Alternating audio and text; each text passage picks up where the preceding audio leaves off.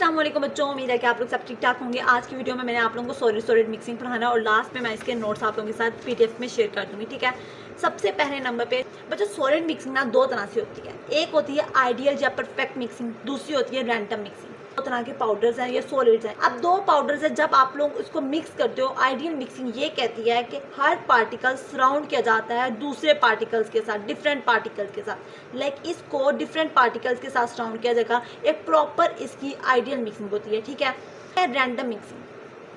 Random mixing के अंदर क्या होता है कि रैंडमली हमारे पास दोनों जो पाउडर्स होते हैं वो रैंडमली मिक्स होते हैं। में से अगर मैं सैंपल लेती हूँ तो वो क्या कहेगा कि इसमें जितनी प्रोबेबिलिटी है पार्टिकल्स की, लाइक अगर इसमें छोटे वाले जो पार्टिकल्स हैं वो ज़्यादा हैं, तो मतलब क्या है, मिक्सचर के अंदर भी उसकी वही प्रपोर्शन है। इसको हम इस तरह से define, probability of finding each component जो कि मैच कर रही है इसकी प्रपोर्शन इन द मिक्सचर। ठीक है, ये होती है रैंडम मिक्सिंग। रैंडम मिक्सिंग ही हम जो पढ़ते हैं वो रैंडम मिक्सिंग ही होती है, क्योंकि आइडियल मिक्सिंग तो होती ही नहीं है। लाइक इतनी परफेक्ट मिक्सिंग कहीं पे भी नहीं होती। नेक्स्ट पे बच्चों हमने सॉलिड मिक्सिंग के मैकेनिज्म्स पढ़ने हैं कि किस तरह से सॉलिड मिक्सिंग होती है। तीन मैकेनिज्म्स हैं, convective mixing, diffusive mixing and share mixing. Convective mixing ना बिल्कुल सिमिलर होता है बल्क मिक्सिंग की तरह। बल्क मिक्सिंग के अंदर क्या होता था कि जब हमने कहा था कि ये मिक्सर है, इसमें हमारे पास क्या पड़ा है, पाउडर पड़ा है और पाउडर ये भी पड़ा है। ठीक है, अब इस मिक्सर में एक जगह से बल्क में पाउडर मूव करता है एक जगह से दूसरी जगह पे। इस तरह से क्या होती है, मिक्सिंग होती है।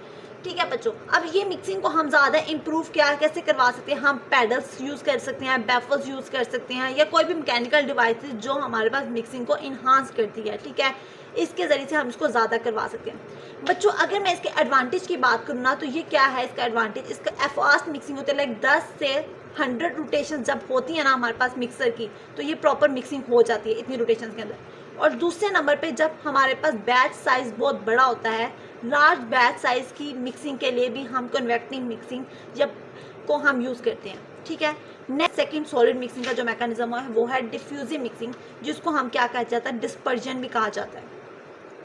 सपोज करो कि हमारे पास क्या है, एक हमारे पास मिक्सर है। ठीक है, उसमें हमारे पास दो तरह के पाउडर्स हैं। लाइक एक पाउडर हमारा ये पड़ा है, दूसरा पाउडर हमारा ये पड़ा है। इसमें क्या होते हैं कि एक पाउडर के पार्टिकल्स डिफ्यूज होते हैं दूसरे पाउडर के अंदर, और मोस्टली कहाँ पे होती है, इंटरफेस के ऊपर होती है। तीसरी बात बच्चों, ये बहुत ज़्यादा स्लो होती है। जो डिफ्यूजिव मिक्सिंग होती है ना, वो बहुत ज़्यादा स्लो होती है, और हमें इसको ज़्यादा करने के लिए हमें क्या करना है, इसको इनिशिएट करवाने के लिए शेयर फोर्स देनी पड़ती है। लाइक हमें शेयर फोर्स देनी पड़ेगी। हम थोड़ा सा फोर्स देंगे तो पार्टिकल्स यहाँ से डिफ्यूज़ करते हैं इस लेयर से इधर आएगी। ठीक है, अब ये हमने कहा कि ये स्लो होती है। लाइक स्लो किस तरह से होती है, हमें 100 से 1000 रोटेशंस देनी पड़ती हैं इस मिक्सिंग को करवाने के लिए। बच्चों इसको हम ज़्यादा कर सकते हैं, या तो हम बैफल्स यूज़ करें, ठीक है, एसिमेट्रिकल कंटेनर्स यूज़ करें, या रेगुलर रोटेशनल स्पीड, या स्पीड हम क्या करते हैं, इरेगुलर रोटेशनल स्पीड करें। ठीक है, अच्छा मैंने आप लोगों को दो मैकेनिज्म्स पढ़ा दिए हैं मिक्सिंग के। एक कन्वेक्टिव मिक्सिंग जिसमें बल्क मिक्सिंग के थ्रू मिक्सिंग हो रही है, एक डिफ्यूजिव मिक्सिंग जिसको हम डिस्पर्जन कहते हैं। लाइक एक पाउडर के पार्टिकल दूसरे में डिफ्यूज होते हैं, और मोस्टली ये इंटरफेस के अंदर होती है, और शेयर फोर्स रिक्वायर्ड होती है इसको इनिशिएट करने के लिए। ये बहुत ज़्यादा स्लो होती है, इसको हम ओवरकम कर सकते हैं बैफल्स के जरिए से, एसिमेट्रिक कंटेनर्स के जरिए से, या रोटेशनल स्पीड को हम क्या कर दें, इसको इरेगुलर कर दें। नेक्स्ट पे है हमारी शेयर मिक्सिंग। शेयर मिक्सिंग के अंदर क्या होता है कि हमारे पास, आप एक कंटेनर ले लो, इसमें क्या है, हमारे पास पाउडर्स हैं। ठीक है, एक हमारे पास क्या है, रेड कलर का पाउडर है, दूसरे नंबर पे येलो कलर का पाउडर है, तीसरे नंबर पे क्या है, ब्लू कलर का पाउडर है। Particles of one layer slide another layer.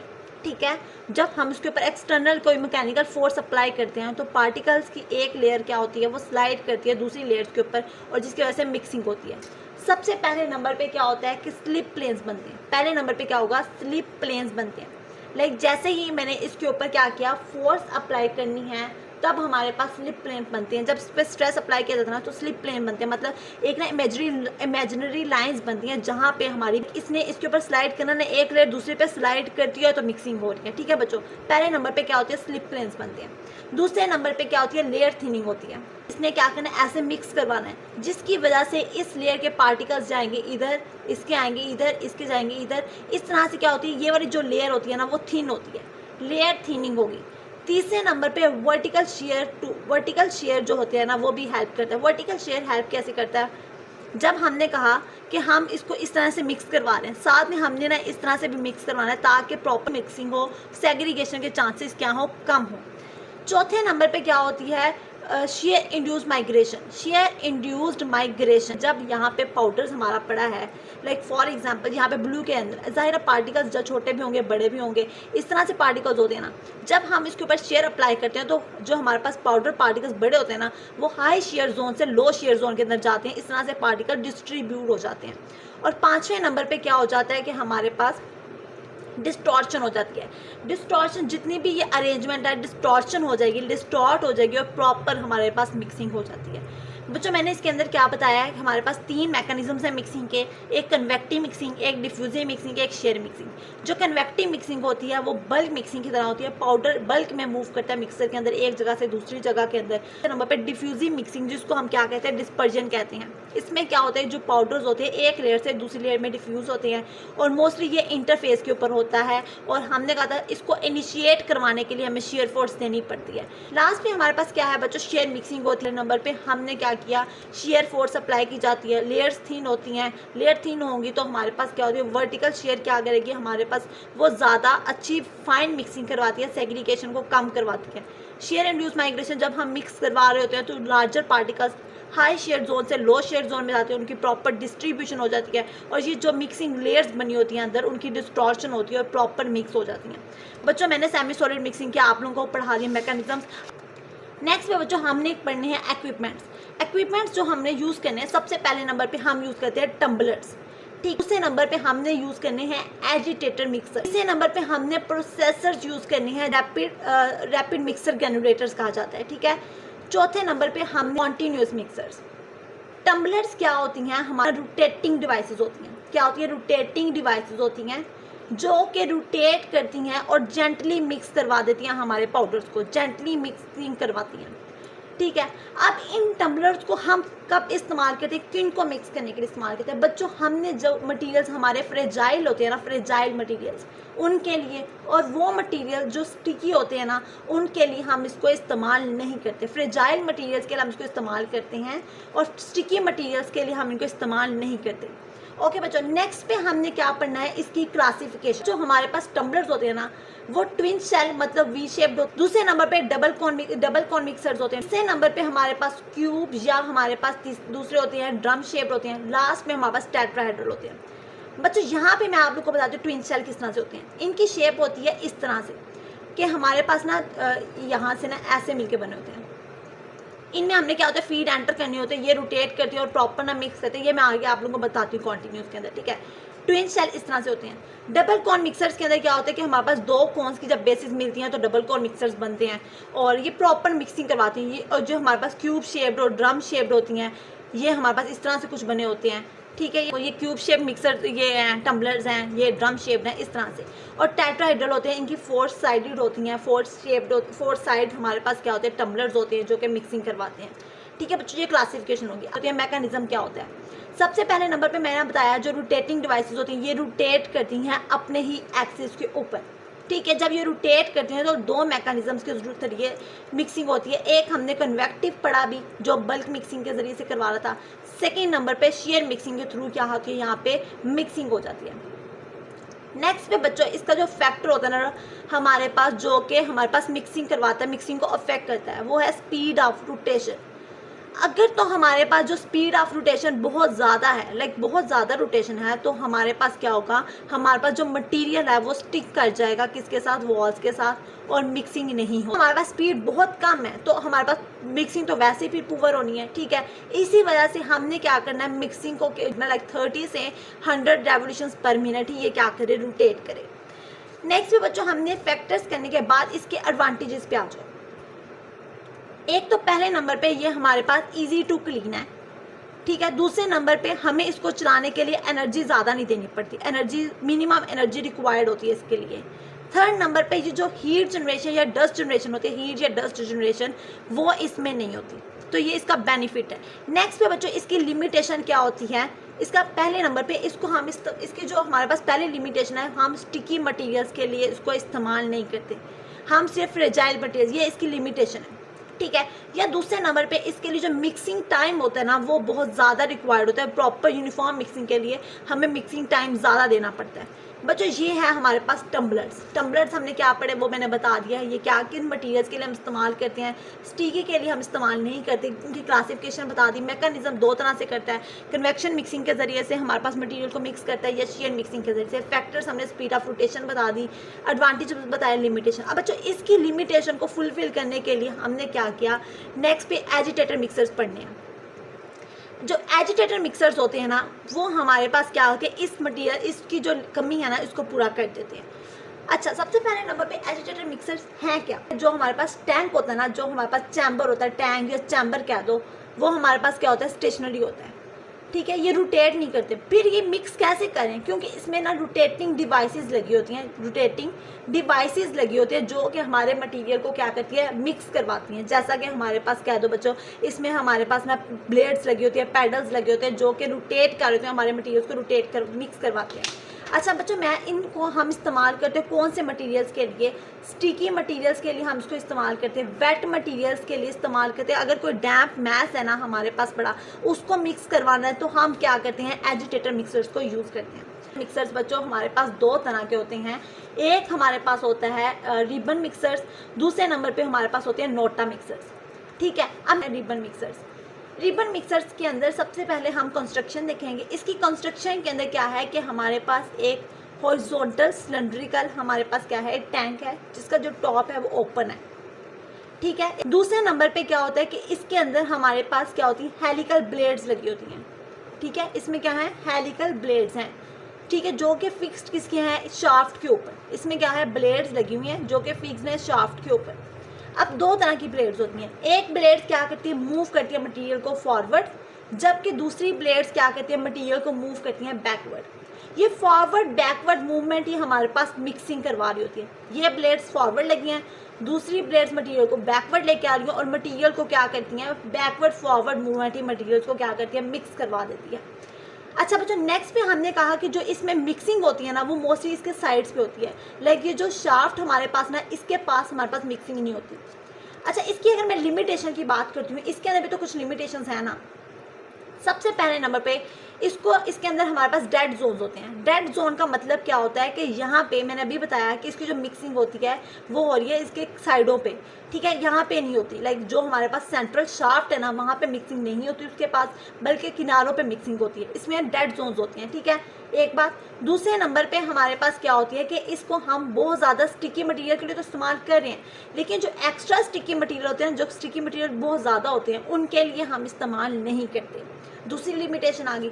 तीसरे नंबर पे इसके अंदर जो टाइम रिक्वायर्ड होता है ना प्रॉपर यूनिफॉर्म मिक्सिंग के लिए, वो टाइम बहुत ज़्यादा रिक्वायर्ड होता है यूनिफॉर्म मिक्सिंग के लिए, ठीक है। ये हमारे पास होगी एजिटेटर मिक्सर्स। अब रिबन मिक्सर्स, ठीक है। अब रिबन मिक्सर के बाद दूसरा मिक्सर हमारे पास बच्चों क्या है, नोटा मिक्सर्स।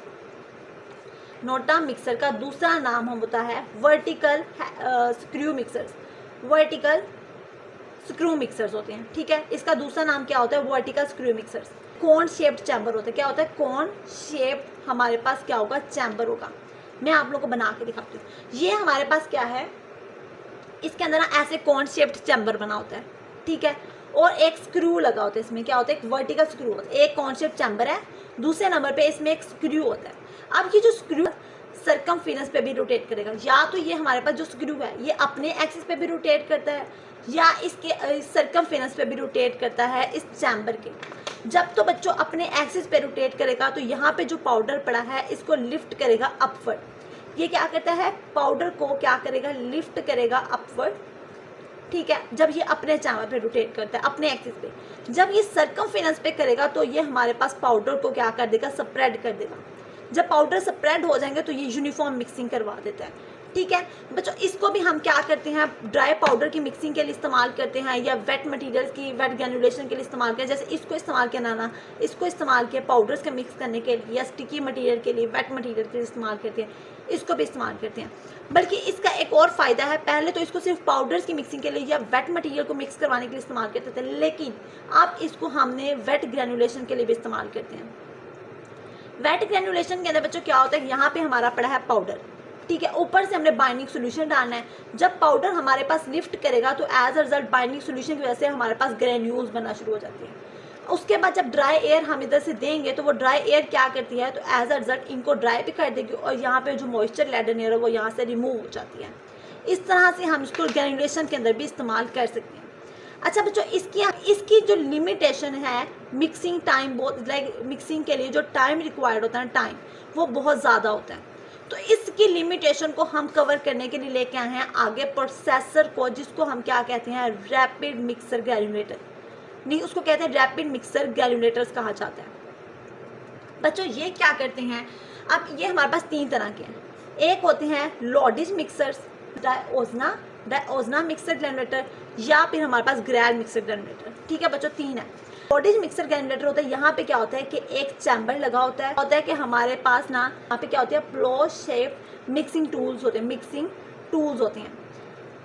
अच्छा लास्ट में बच्चों यहाँ पे क्या होती है, चॉपर्स लगे होते हैं डिवाइस के ऊपर, यहाँ पे क्या होते हैं, चॉपर्स लगे होते हैं। ये हमारे पास क्या है, सबसे पहले नंबर पे हॉरिजॉन्टल सिलेंड्रिकल टैंक उस मटेरियल को अपने अंदर रखेगा जिसको उसने क्या करना है, मिक्स करवाना है।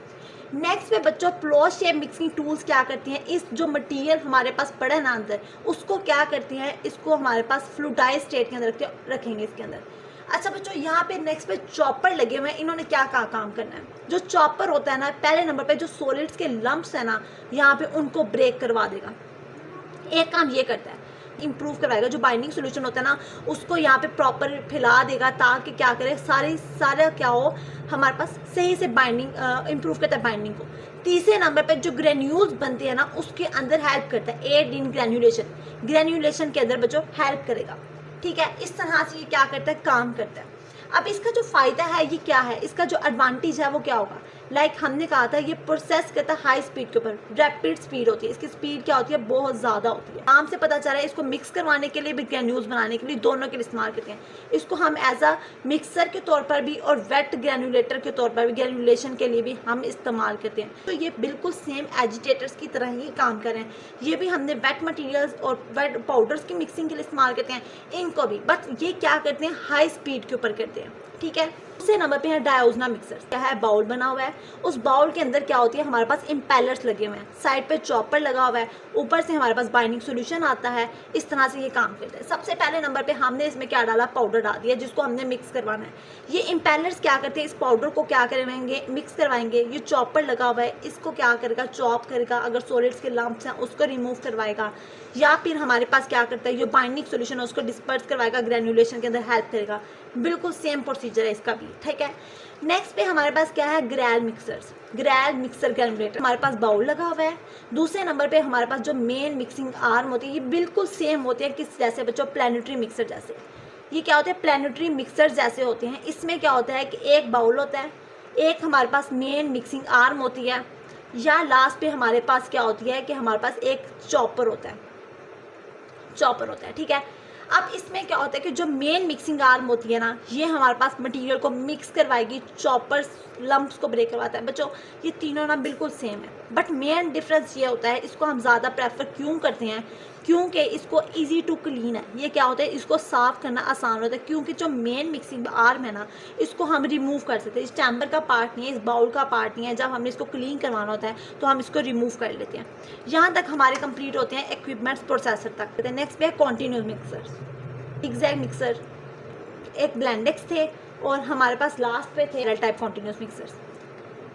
सबसे पहले नंबर पे बच्चों ज़िगज़ैग मिक्सर्स क्या होते हैं कि हमारे पास ना ज़िगज़ैग मिक्सर इस तरह से मिलके बना होता है। हमने क्या किया, जैसे हमने अभी यहाँ पे ट्विन शेल पड़े थे ना, ट्विन शेल किसके अंदर, टम्बलर्स के अंदर, ये वैसे होते हैं। ठीक है, सबसे पहले नंबर पे जब यहाँ से फीड एंटर की, वो फीड यहाँ पे आएगी तो ये इन्वर्ट करते हैं।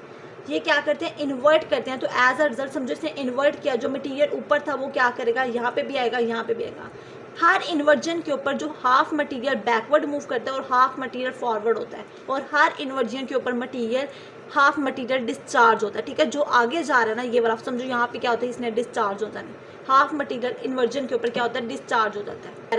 बैरल टाइप मिक्सर्स के अंदर क्या होता है कि हमारे पास हमारी फीड एंटर हुई, इसमें क्या होता है कि एक हमारे पास क्या है, बैरल है। ठीक है, उसमें हमारे पास मिक्सर के अंदर बैफल्स लगी हुई हैं। ठीक है, बैफल्स लगे हुए हैं।